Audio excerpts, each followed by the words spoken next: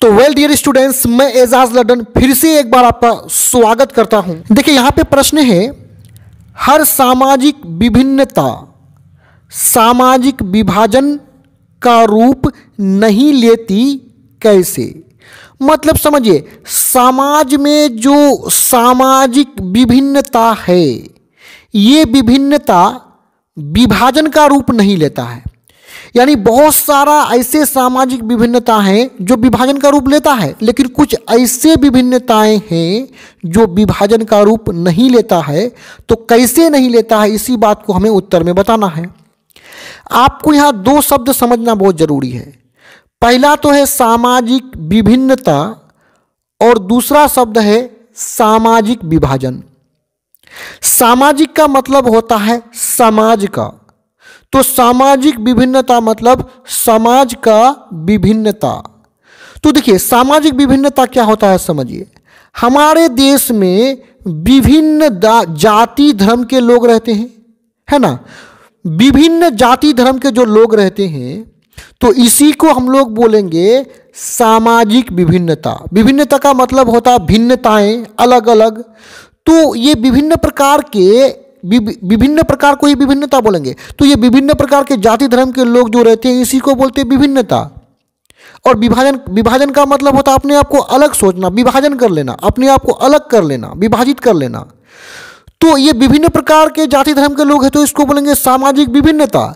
जब ये जाति धर्म के लोग अपने आप को अलग थलग सोचने लगे, तो जब विभिन्न जाति धर्म के लोग अपने आप को अलग सोचने लगे, अपने आप को सोचने लगे कि हम अलग हैं, मेरा सब कुछ अलग है, हम अलग प्रकार के समाज का निर्माण करेंगे, तो इसको विभाजन बोलेंगे। इसको और एग्जाम्पल से समझिए। हमारे देश में कुछ सवर्ण है, मतलब ऊंचे जाति के लोग हैं, कुछ दलित हैं। तो ये विभिन्नताएं हैं। और जब दलित सोचेगा कि नहीं हम अलग हैं, हमारा रीति रिवाज अलग है, हम सवर्णों के यहाँ नहीं जाएंगे, सवर्ण सोचेगा हम दलितों के यहाँ नहीं जाएंगे, जब इस तरह का विचार आ जाएगा तो इसको विभाजन बोलेंगे। जब तक इस तरह का विचार नहीं आया है तो ये विभिन्नता हैं, ये भिन्नताएं हैं।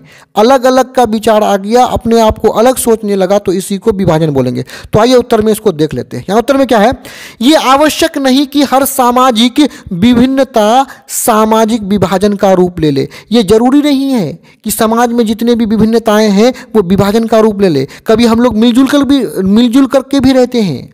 तो देखिए उदाहरण को थोड़ा सा स्पष्ट रूप से यहाँ समझिए। उदाहरण के लिए सवर्णों एवं दलितों के बीच का अंतर सामाजिक विभाजन है।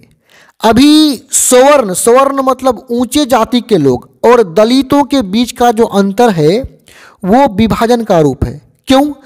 दलित जो है वो सुविधा संपन्न कम होते हैं और ऊंचे जाति का जो लोग होते हैं वो सुविधा संपन्न ज़्यादा होते हैं। तो इसी के कारण ये एक